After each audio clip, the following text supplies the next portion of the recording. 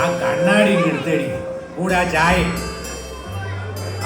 ആ ലൈറ്റും കൂടെ വന്നിട്ടേക്ക്. അക്ഷരങ്ങൾക്കൊക്കെ ഒരു മങ്ങലും.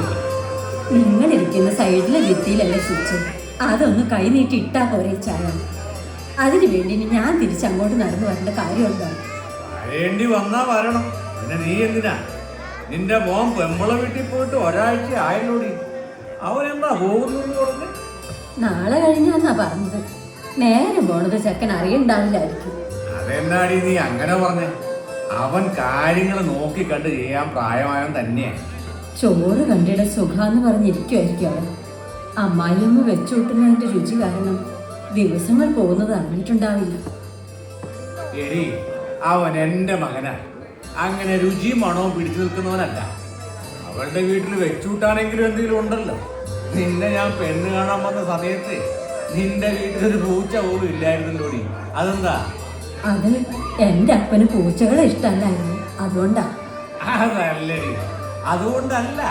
വീട്ടില് പൂച്ച നിൽക്കണമെങ്കിലേ മീൻ തിന്നിട്ട് അതിന്റെ മുള്ളെങ്കിലും അതിന് കൊടുക്കണം, എങ്കിലേ അത് വീട്ടിൽ നിൽക്കത്തുള്ളൂ. എൻ്റെ വീട്ടിലൊന്നും ഇല്ലായിരുന്നെങ്കിൽ എന്താ? നിങ്ങൾ എന്നെ കെട്ടി ഇത്രയും നാൾ നിങ്ങളുടെ കൂടെ ഞാൻ ജീവിച്ചു. 3 മക്കളെ പ്രസവിച്ച് വളർത്തി. അത് തന്നെ ഒരു ഭയങ്കര ത്യാഗം. നിങ്ങളുടെ മരുമക്കളുടെ വീട്ടിൽ പൊന്നു കഴിക്കുന്നുണ്ടാവും, അതിനെനിക്കെന്താ? ഇന്ന് കുശുമ്പും ഉണ്ടായ്മയും പറയാതെ പോയി എൻ്റെ ഷർട്ട് മുണ്ടൊന്ന് തേച്ച് വയ്ക്കാൻ നോക്കും. നാളെ പള്ളിയിൽ പൊതുയോഗമുള്ളതാണ്. അപ്പൊ അതിനൊക്കെ ഞാൻ വേണമല്ലേ?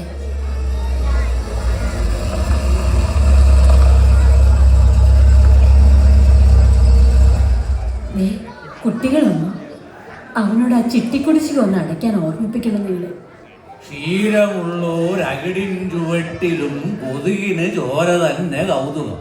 നേരി അവനും അവളും അവിടെ രാവും പകലും പണിയെടുത്ത് 2 മക്കളെയും വളർത്തി കഷ്ടപ്പെട്ടാ കഴിയുന്നു. നിന്റെ ചിട്ടിക്കുടിശ്ശി അടുത്ത ആഴ്ച റബ്ബറിന്റെ കാശ് കിട്ടും, അപ്പോ ഞാൻ തരാം. ആ പണം ഞാൻ വേറെ കാര്യത്തിൽ ചോദിക്കാനിരിക്കുക. എന്താണ് രണ്ടുപേരും കൂടെ ഒരു ചർച്ച? ഇവൾക്കൊരു ചിട്ടിക്കുടിശ്ശിക ഉണ്ടെന്നും അത് അടയ്ക്കാനുള്ള പണം നീ കൊടുക്കണമെന്നും ഇവള് പറയായിരുന്നേ. മോനെ, അടയ്ക്കാനുണ്ടോടാ? ഞാൻ അടയ്ക്കാമേ, നോക്കട്ടെ. എടാ ഉതുപ്പേ, ആ ചിട്ടിപ്പണം ഈ വീട്ടിൽ ഉപകാരപ്പെടില്ലടാ മോനെ. അമ്മ മോൾക്ക് മുമ്പിൽ ഡോറുള്ള വാഷിംഗ് മെഷീൻ വാങ്ങാനുള്ള തുകയ്ക്കാണ് ചിട്ടി ചേർത്തിരിക്കുന്നത്.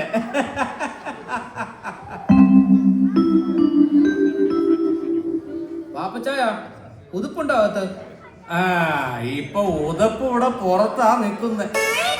പാപ്പച്ചായന്റെ കാര്യമല്ല ചോദിച്ചത്. അമ്മച്ചേ, അവനെ ഒന്ന് വിളിച്ചേ. മോനെ മുരളി, നിന്റെ ദേഹത്തന്നെടാ ചെടിയൊക്കെ.